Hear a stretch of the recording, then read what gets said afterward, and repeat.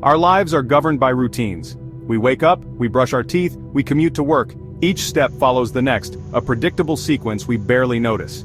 These habits form the bedrock of our days, shaping our actions and, ultimately, our outcomes. Like a finely tuned algorithm, these routines dictate the flow of our existence. We are creatures of habit, finding comfort in the familiar.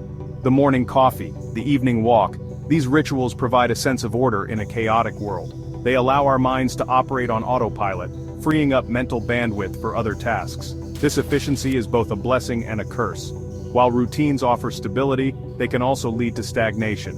When we become too reliant on the familiar, we risk becoming trapped in a loop, our creativity stifled by the predictability of our own making.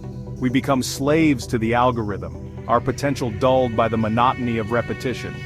Breaking free from this cycle requires conscious effort. It demands we challenge the status quo, disrupt the algorithm, and introduce an element of randomness into our carefully constructed routines. Accompanying this daily dance of habits is an internal monologue, a constant stream of thoughts narrating our every move. Did I remember my keys? What's on the agenda today? Should I have that extra slice of toast?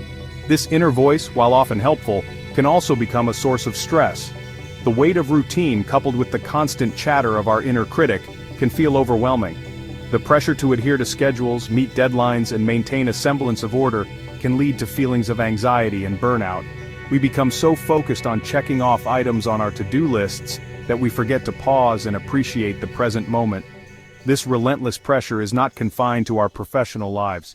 It seeps into our personal time as well. We feel obligated to optimize every moment, to be productive even in our leisure. We schedule in relaxation, plan our downtime, and track our steps, forgetting that true rest comes from surrendering to the present, not from squeezing it into a timetable. It is in these moments of overwhelming pressure that we must learn to silence the inner critic, to step off the treadmill of routine, and to reconnect with ourselves. Meet Just Do It, a writer grappling with the tyranny of the blank page. Just Do It, or JD as he preferred, had a peculiar habit. He used blueberry honey on everything: toast, oatmeal, even his morning eggs weren't safe from a generous drizzle of the deep purple elixir. JD claimed it boosted his creativity, but in truth it was his way of adding a touch of sweetness to the often bitter reality of writer's block. JD's struggle with the blank page mirrored the broader human experience of feeling stuck in a rut. We all have moments when our creative wells run dry, when the usual routines fail to inspire, and when the weight of expectations stifles our ability to think clearly.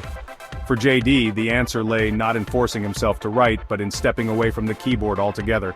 He'd take long walks, lose himself in a good book, or simply sit on his porch swing, watching the world go by, a dollop of blueberry honey swirled into his tea. These moments of deliberate idleness, these pauses in the rhythm of his routine, were when inspiration struck. Writer's block, like any creative obstacle, is often a symptom of a deeper issue.